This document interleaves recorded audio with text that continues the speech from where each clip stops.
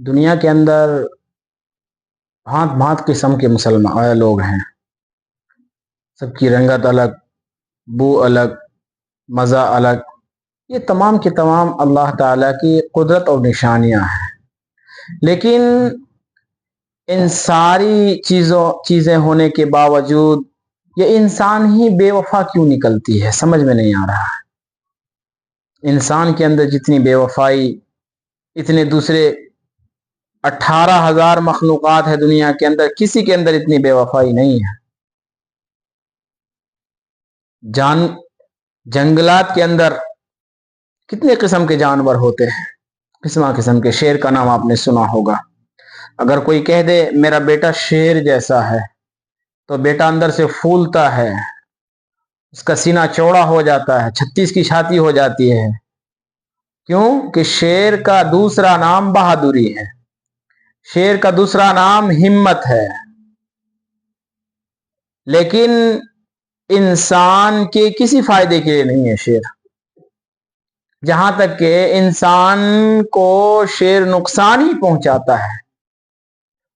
پھر بھی اگر کسی انسان کو شیر کا لقب مل جائے، شیر کہہ دیا جائے تو بڑا خوش ہوتا ہے۔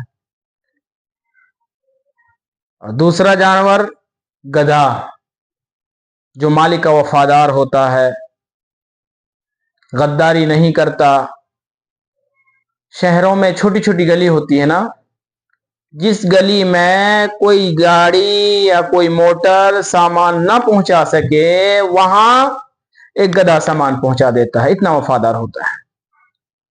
پھر بھی اگر لوگ اس کا نام کسی انسان کو کہہ دے کہ تو گدھا ہے، گدھے جیسا ہے، تیری عقل گدھے جیسی ہے، تو اس کو غصہ آ جاتا ہے۔ ایک اور جانور ہے کتا۔ کتا کو کتا کیوں کہا گیا ہے؟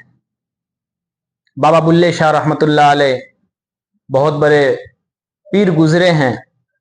بابا بلے شاہ نے فرمایا کہ اٹھ انسان، بازی لے گئے کتے۔ پنجابی میں انہوں نے شعر کہی ہے، اس کا ترجمہ میں کر رہا ہوں کہ انسان تو غفلت میں سو رہا ہے، کتے بازی لے گئے۔ کتے کو آپ 2 لقمہ کھانا، چھوٹے سے پیالی میں دودھ یا بسکٹ وغیرہ دے دینا تو کتا آپ کا در نہیں چھوڑتا ہے، کتا آپ کا وفادار رہتا ہے۔ اور جس گھر کی نگرانی کتے کے قبضے میں ہوتی، جس گھر کی نگرانی کتا کرتا ہے، وہ اپنے مالک کے لیے جان تک دے دیتا ہے، لیکن بے وفائی نہیں کرتا ہے۔ انسان غور و فکر کرنے کی ضرورت ہے۔ لیکن پھر بھی کتے کو کتا کیوں کہا گیا؟ اتنا وفادار ہونے کے باوجود اگر کسی انسان کو یہ کہہ دیا جائے تو کتے جیسی تیری عادت ہے، تو غصہ آ جاتا ہے۔ کیوں کتا کو کتا ہی کیوں کہا؟